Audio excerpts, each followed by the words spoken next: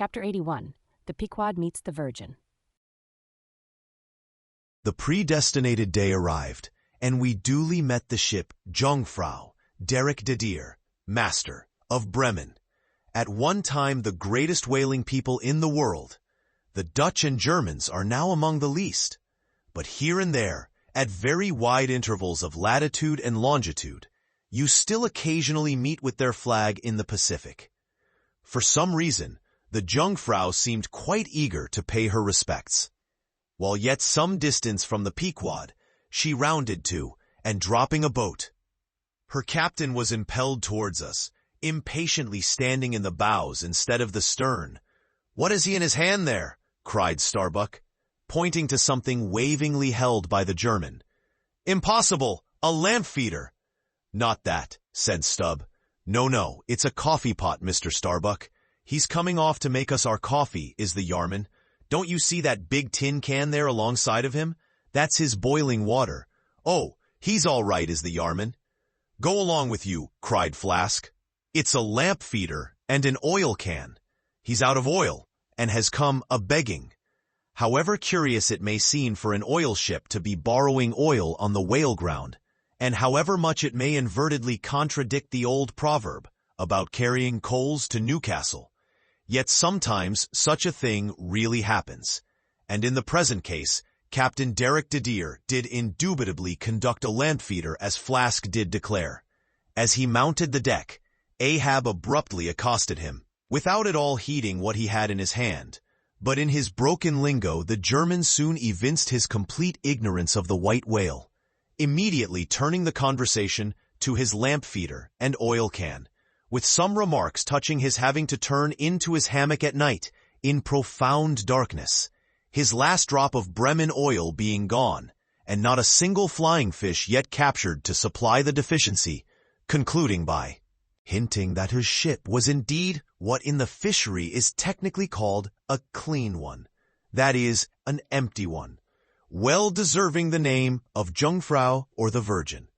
His necessities supplied, Derek departed, but he had not gained his ship's side when whales were almost simultaneously raised from the mastheads of both vessels. And so eager for the chase was Derek, that without pausing to put his oil can and lamp feeder aboard, he slewed round his boat and made after the Leviathan lamp feeders. Now, the game having risen to leeward, he and the other 3 German boats that soon followed him had considerably the start of the Pequod's keels. There were 8 whales, an average pod. Aware of their danger, they were going all abreast with great speed straight before the wind, rubbing their flanks as closely as so many spans of horses in harness. They left a great, wide wake, as though continually unrolling a great, wide parchment upon the sea. Full in this rapid wake, and many fathoms in the rear, swam a huge, humped old bull, which by his comparatively slow progress, as well as by the unusual yellowish incrustations overgrowing him, seemed afflicted with the jaundice, or some other infirmity. Whether this whale belonged to the pod in advance seemed questionable, for it is not customary for such venerable leviathans to be at all social. Nevertheless, he stuck to their wake, though indeed their backwater must have retarded him, because the white bone or swell at his broad muzzle was a dashed one, like the swell formed when 2 hostile currents meet. His spout was short, slow, and laborious, coming forth with a choking sort of gush, and spending itself in torn shreds, followed by strange subterranean commotions in him, which seemed to have egress at his other buried extremity, causing the waters behind him to upbubble. "Who's got some paregoric?" said Stubb. "He has the stomach ache, I'm afraid. Lord, think of having half an acre of stomach ache. Adverse winds are holding mad Christmas in him, boys. It's the first foul wind I ever knew to blow from astern. But look, did ever whale yaw so before? It must be he's lost his tiller. As an overladen Indiaman, bearing down the Hindustan coast with a deck load of frightened horses, careens, berries, rolls, and wallows on her way. So did this old whale heave his aged bulk, and now and then partly turning over on his cumbrous rib ends, expose the cause of his devious wake in the unnatural stump of his starboard fin. Whether he had lost that fin in battle, or had been born without it, it were hard to say. "Only wait a bit, old chap, and I'll give you a sling for that wounded arm," cried cruel Flask, pointing to the whale line near him. "Mind he don't sling thee with it," cried Starbuck. "Give way, or the German will have him." With one intent, all the combined rival boats were pointed for this one fish, because not only was he the largest, and therefore the most valuable whale, but he was nearest to them, and the other whales were going with such great velocity, moreover, as almost to defy pursuit for the time. At this juncture, the Pequod's keels had shot by the 3 German boats last lowered, but from the great start he had had, Derek's boat still led the chase, though every moment neared by his foreign rivals. The only thing they feared was that from being already so nigh to his mark, he would be enabled to dart his iron before they could completely overtake and pass him. As for Derek, he seemed quite confident that this would be the case, and occasionally with a deriding gesture shook his lamp feeder at the other boats. "The ungracious and ungrateful dog," cried Starbuck. "He mocks and dares me with the very poor box I filled for him not 5 minutes ago." Then in his old intense whisper, "Give way, greyhounds, dog to it." "I tell you what it is, men," cried Stubb to his crew. "It's against my religion to get mad, but I'd like to eat that villainous Yarman. Pull, won't ye? Are you going to let that rascal beat ye? Do you love brandy? A hogshead of brandy, then, to the best man. Come, why don't some of ye burst a blood vessel? Who's that been dropping an anchor overboard? We don't budge an inch, we're becalmed. Halloo, here's grass growing in the boat's bottom, and by the Lord, the mast there's budding. This won't do, boys. Look at that Yarman. The short and long of it is, men, will you spit fire or not? Oh, see the suds he makes," cried Flask, dancing up and down. "What a hump! Oh, do pile on the beef, lays like a log. Oh, my lads, do spring. Slapjacks and cohogs for supper, you know. My lads, baked clams and muffins. Oh, do spring. He's 100-barreler. Don't lose him now. Don't. Oh, don't. See that Yarman? Oh, won't ye pull for your duff, my lads? Such a sog, such a sogger. Don't ye love sperm? There goes $3,000, men. A bank. A whole bank. The Bank of England. Oh, do. What's that Yarman about now?" At this moment, Derek was in the act of pitching his lamp feeder at the advancing boats, and also his oil can, perhaps with the double view of retarding his rival's way, and at the same time economically accelerating his own by the momentary impetus of the backward toss. "The unmannerly Dutch dogger," cried Stubb. "Pull now, men, like 50,000 line of battleship loads of red-haired devils. What do you say, Tashtego? Are you the man to snap your spine in 22 pieces for the honor of old Gayhead? What do you say?" "I say pull like goddamn," cried the Indian. Fiercely, but evenly incited by the taunts of the German, the Pequod's 3 boats now began ranging almost abreast, and so disposed, momentarily neared him, in that fine, loose, chivalrous attitude of the headsman when drawing near to his prey. The 3 mates stood up proudly, occasionally backing the after-oarsman with an exhilarating cry of, "There she slides now! Hurrah for the white ash breeze! Down with the Yarman! Sail over him!" But so decided an original start had Derek had, that spite of all their gallantry, he would have proved the victor in this race, had not a righteous judgment descended upon him in a crab which caught the blade of his midship oarsman. While this clumsy lubber was striving to free his white ash, and while, in consequence, Derek's boat was nigh to capsizing, and he thundering away at his men in a mighty rage, that was a good time for Starbuck, Stubb, and Flask. With a shout, they took a mortal start forwards, and slantingly ranged up on the German's quarter. An instant more, and all 4 boats were diagonally in the whale's immediate wake, while stretching from them, on both sides, was the foaming swell that he made. It was a terrific, most pitiable, and maddening sight.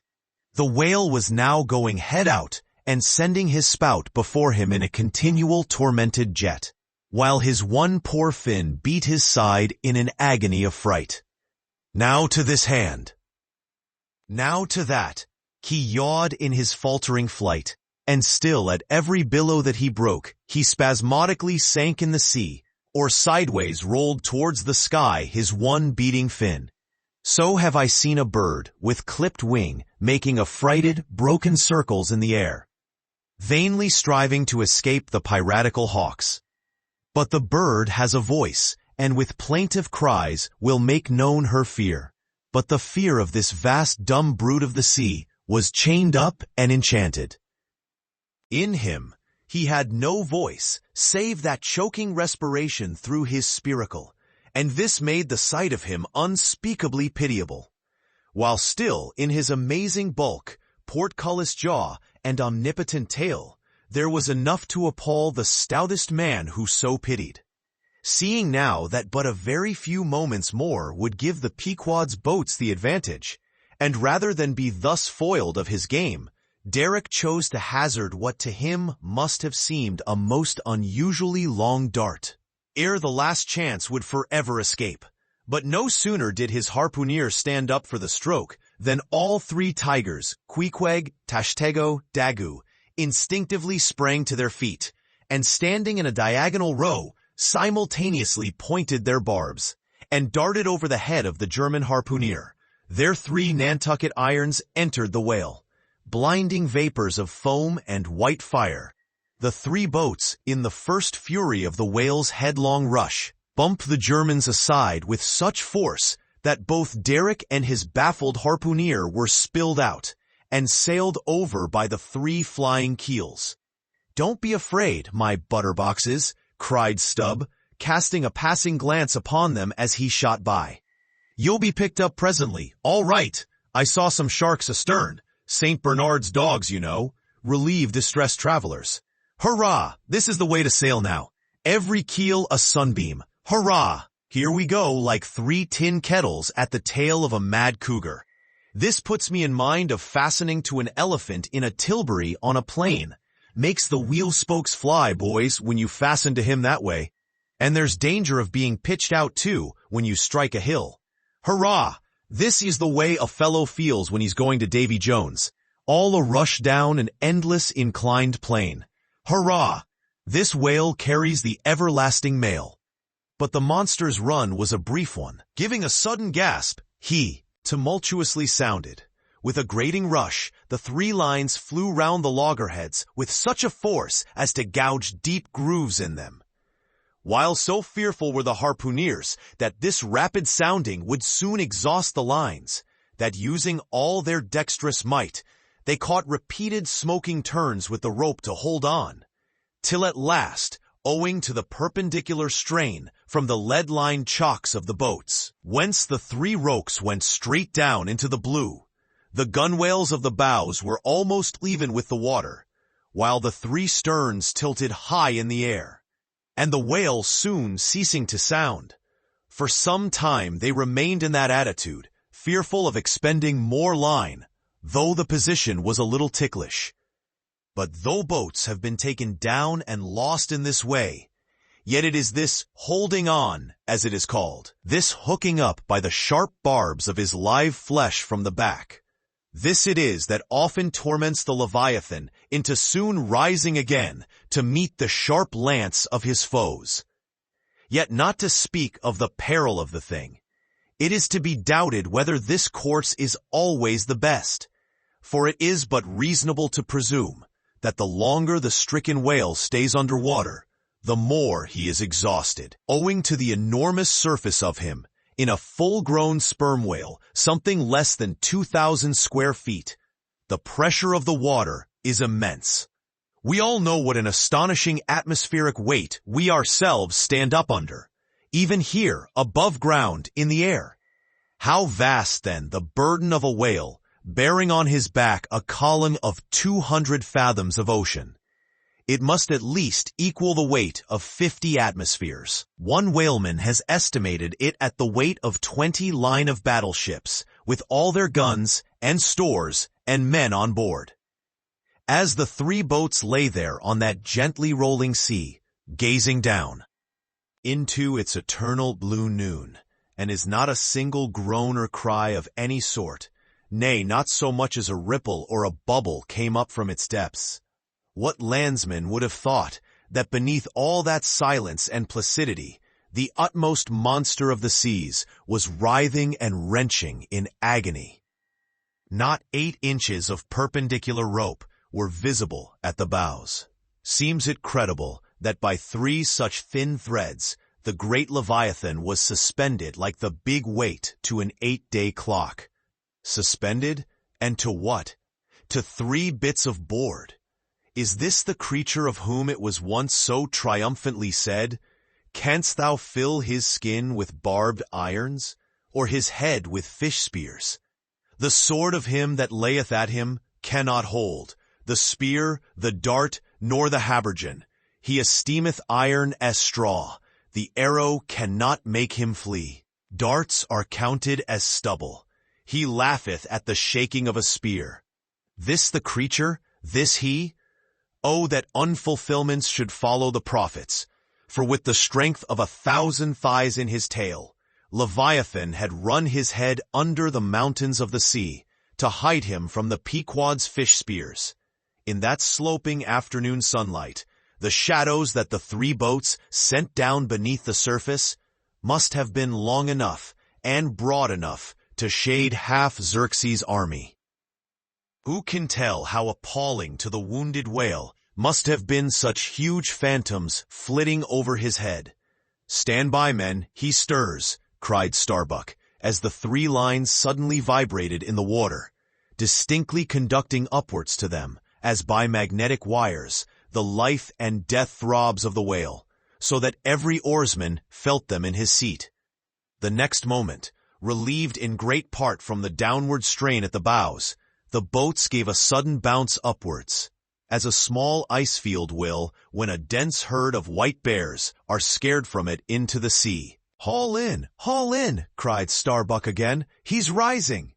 The lines of which, hardly an instant before, not 1 hand's breadth could have been gained, were now in long, quick coils, flung back, all dripping into the boats, and soon the whale broke water within 2 ships' lengths of the hunters. His motions plainly denoted his extreme exhaustion.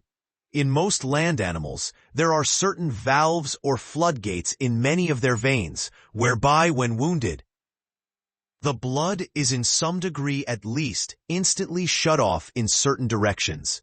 Not so with the whale, one of whose peculiarities it is to have an entire non-valvular structure of the blood vessels, so that when pierced even by so small a point as a harpoon, a deadly drain is at once begun upon his whole arterial system.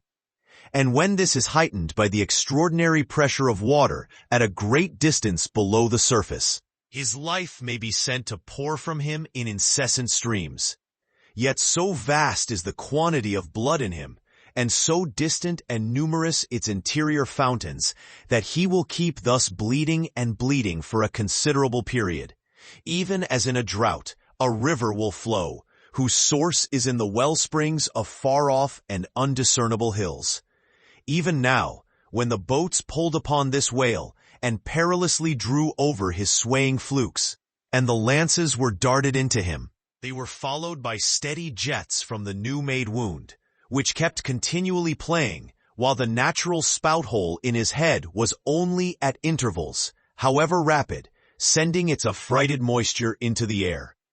From this last vent, no blood yet came, because no vital part of him had thus far been struck. His life, as they significantly call it, was untouched. As the boats now more closely surrounded him, the whole upper part of his form, with much of it that is ordinarily submerged, was plainly revealed. His eyes, or rather the places where his eyes had been, were beheld. As strange misgrown masses gather in the knotholes of the noblest oaks when prostrate, So from the points which the whale's eyes had once occupied, now protruded blind bulbs, horribly pitiable to see. But pity there was none. For all his old age, and his one arm, and his blind eyes, he must die the death and be murdered, in order to light the gay bridals and other merrymakings of men, and also to illuminate the solemn churches that preach unconditional inoffensiveness by all to all.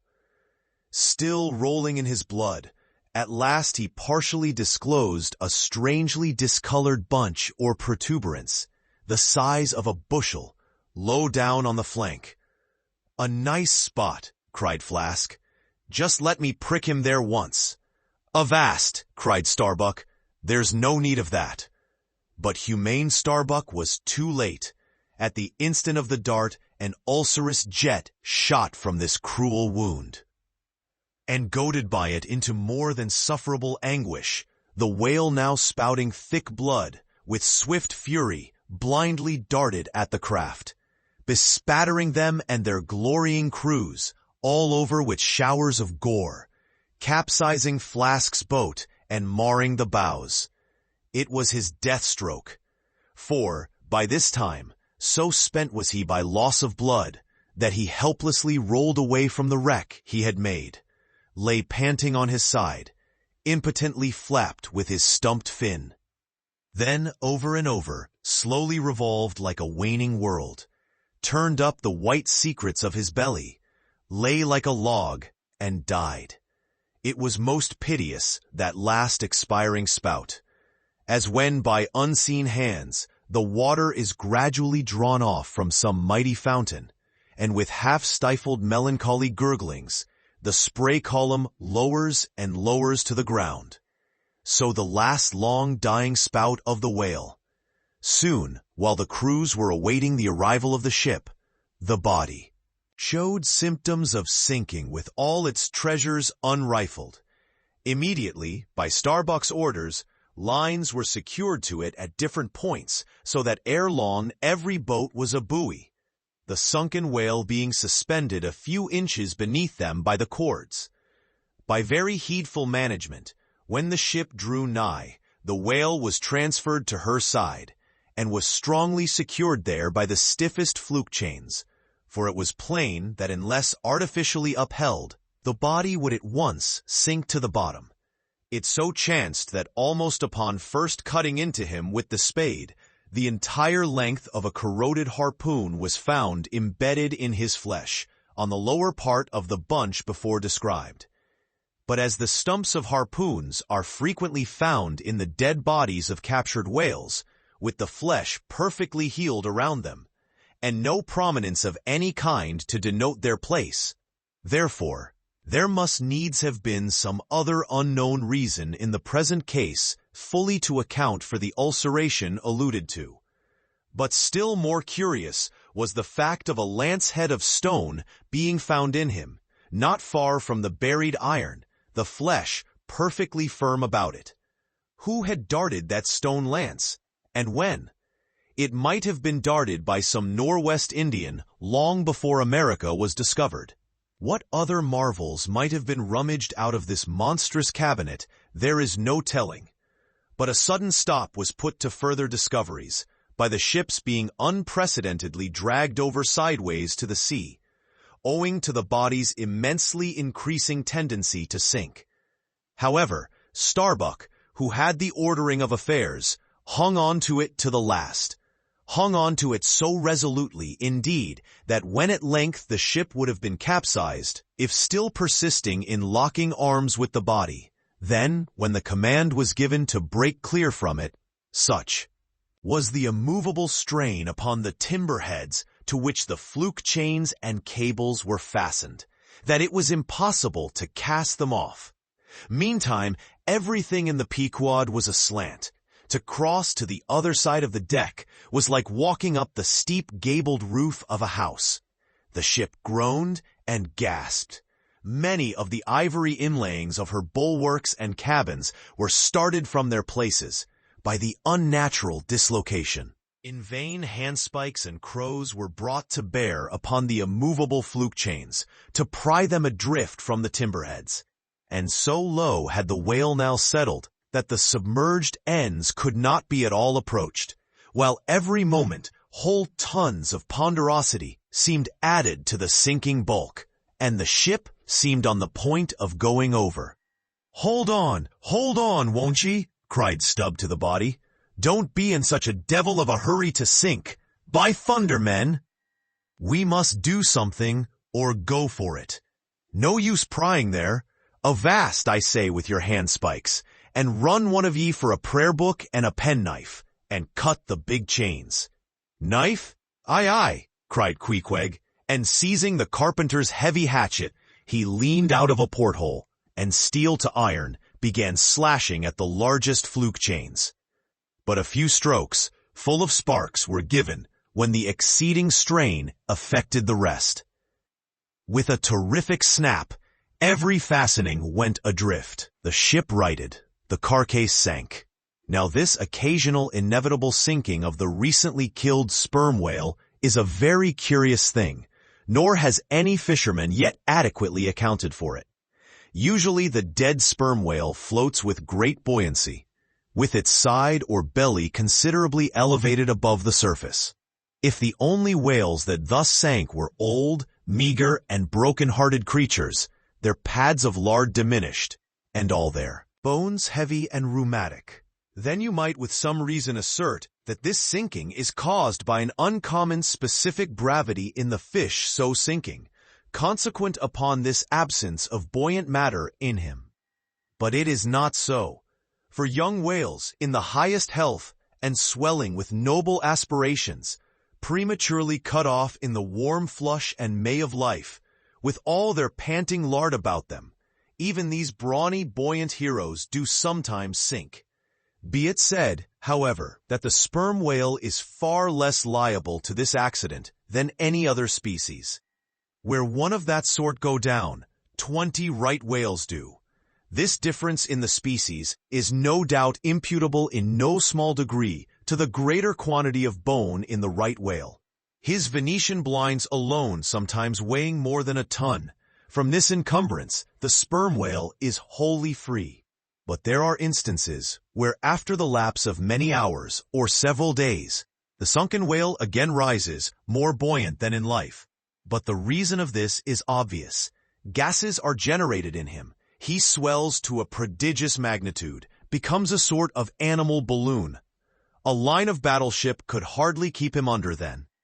In the shore whaling, on soundings, among the bays of New Zealand, when a right whale gives token of sinking, they fasten buoys to him, with plenty of rope, so that when the body has gone down, they know where to look for it when it shall have ascended again. It was not long after the sinking of the body that a cry was heard from the Pequod's mastheads, announcing that the Jungfrau was again lowering her boats, though the only spout in sight was that of a finback, belonging to the species of uncapturable whales, because of its incredible power of swimming. Nevertheless, the finback spout is so similar to the sperm whale's that by unskillful fishermen it is often mistaken for it. And consequently Derrick and all his host were now in valiant chase of this unnearable brute. The Virgin, crowding all sail, made after her 4 young keels, and thus they all disappeared far to leeward, still in bold, hopeful chase. Oh, many are the finbacks, and many are the derricks, my friend.